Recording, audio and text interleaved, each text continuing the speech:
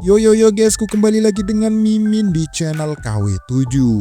Nah, kali ini Mimin akan menceritakan sebuah film drama Korea yang menceritakan seorang anak sekolah yang dipaksa pintar oleh ayahnya sendiri agar bisa menjadi dokter seperti dirinya. Namun di sekolah, anak ini terus-terusan bertemu berandalan sekolah yang mau tak mau membuatnya harus bertarung. Nah, penasaran kan dengan ceritanya? Langsung kita gaskan aja ke videonya.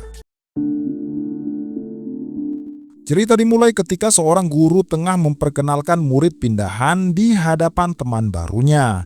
Dia adalah Kim Yu-gyom, orang yang jenius yang baru saja memenangkan medali emas Olimpiade Sains Internasional, sekaligus orang yang selalu menempati ranking pertama di SMA Elit Seomon. Meskipun disanjung tinggi oleh sang guru, tak ada raut senang ataupun perasaan bangga yang ditunjukkan oleh Yu-gyom. Karena semua prestasi yang diperolehnya bukan kehendak darinya, melainkan kehendak sang ayah.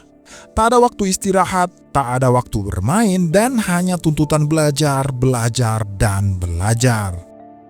Yang tanpa disadari membuat Yu-gyom mengalami gangguan psikis. Meski begitu, ia tetap menurutinya karena perintah sang ayah adalah mutlak.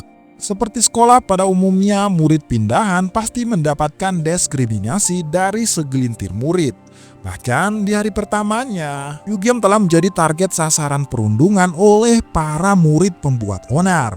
Salah satu dari mereka sengaja menjatuhkan pemutar musik miliknya.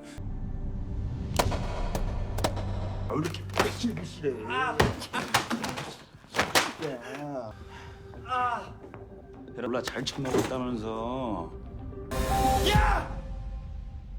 Yu-gyom yang tak terima menuntut permintaan maaf.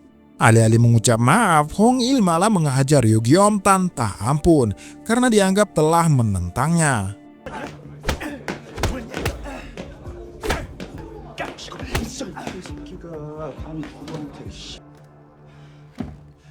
너 나한테 찍혔어 새끼야. Seolah belum cukup, ia juga merampas semua uang di dompet Yu-gyom dan memaksanya menjadi pesuruh untuk dirinya. Jika tidak, ia akan kembali menghajarnya. 빵 사서 내 자리에 갖다 놔라. Ancaman darinya bukan hanya bualan semata, karena Yu-gyom tidak menuruti permintaan darinya. Kemudian Hong-il kembali mengusik. Pada awalnya, Yu-gyom hanya diam dan meminta maaf. Tapi saat Hong-il merampas pemutar musik miliknya dan menoyor kepalanya seperti yang biasa sang ayah lakukan, dia langsung menghajarnya.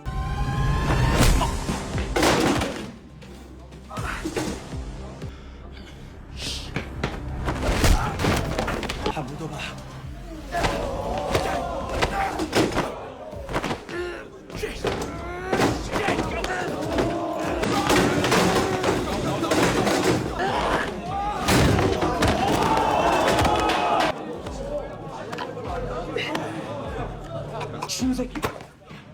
1대1인데 껴두면 안 되지.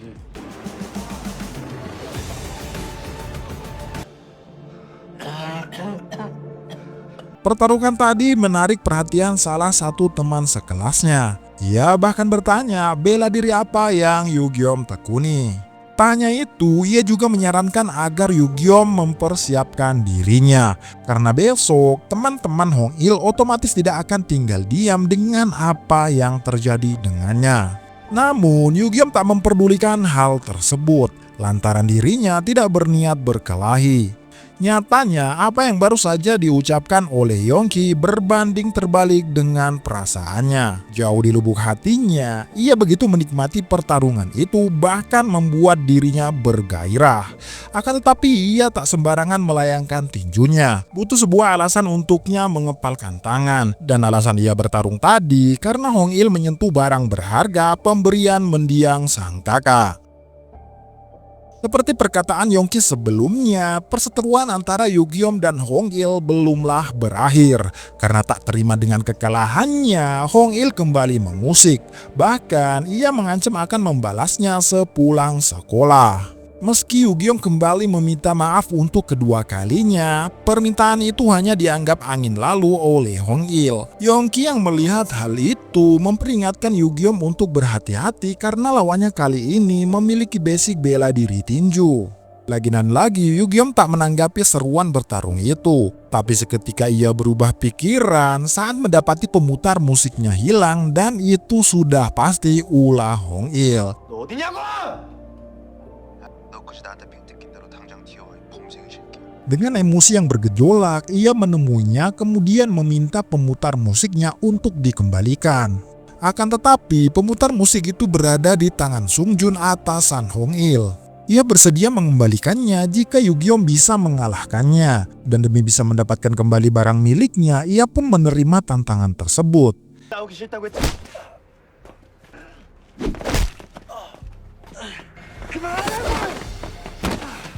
가져간 건 니들이잖아. 아 씨발.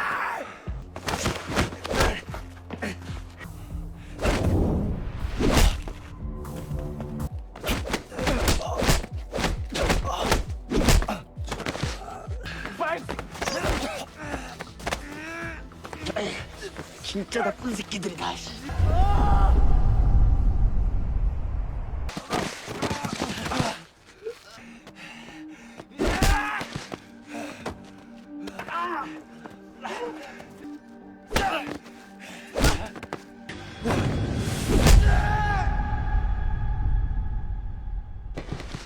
Sayang, pertarungan itu bukanlah akhir dari segalanya, melainkan rentetan masalah yang akan terus-menerus berulang. 야, 같이 뒹굴 했다 계단에서 그런 놈이 어딨냐? 야, 승준 새끼 졸라 놀랬을걸? 범생인 줄 알았는데 이거 완전 또라이네.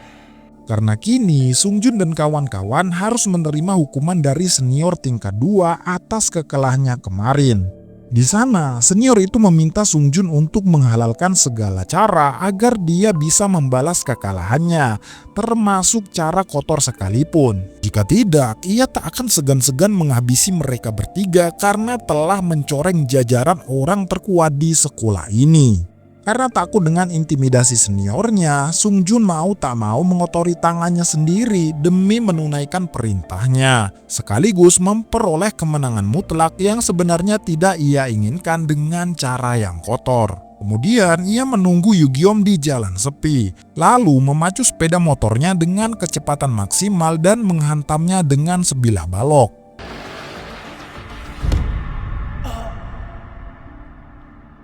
Dampak dari kejadian itu, Yugyeom tak sadarkan diri dan harus dilarikan ke rumah sakit.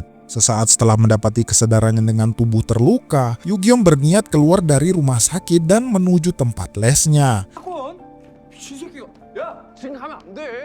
Namun, langkahnya terhenti ketika orang tuanya berada tepat di hadapannya. Sang ibu yang mengkhawatirkan kondisinya memaksa Yugyeom mendapat perawatan hingga ia benar-benar pulih. Berbanding terbalik dengan sang ayah yang mempertanyakan alasan kenapa dia tidak mengikuti les. Sadar Yugyeom di bawah tekanan sang ayah, Yongki membuat alasan bahwasanya Yugyeom menyelamatkannya saat ia tergelincir ketika menuruni tangga.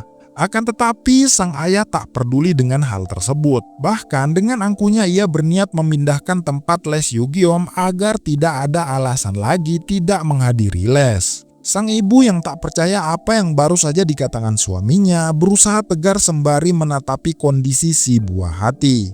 Namun di balik ketegaran itu terdapat luka yang menyayat hati, yaitu luka yang belum bisa sembuh sepenuhnya. Luka saat melihat anak sulungnya meregang nyawa, dan luka itu membangkitkan trauma mendalam yang membuat napasnya terengah-engah. Bersamaan dengan itu, ia dikejutkan dengan kedatangan seseorang. Orang itu adalah Sungjun yang juga mengkhawatirkan kondisi Yugyeom atas apa yang baru saja diperbuatnya. Setelah mengetahui kondisinya baik-baik saja, ia berniat pamit mengundurkan diri. Namun ia ditahan oleh ibu Yugyeom yang menyarankannya mengobati luka di wajahnya terlebih dahulu. Karena di dunia ini tuh tidak ada ibu-ibu yang menginginkan anaknya terluka. Mendengar perkataan ibu Yugyeom membuat Sungjun tersentuh karena selama ini ia tak pernah mendapatkan kasih sayang seorang ibu. Meski dirinya telah dilukai oleh Sungjun, tak ada dendam ataupun amarah. Ia malah memintanya mengakhiri perseteruan ini.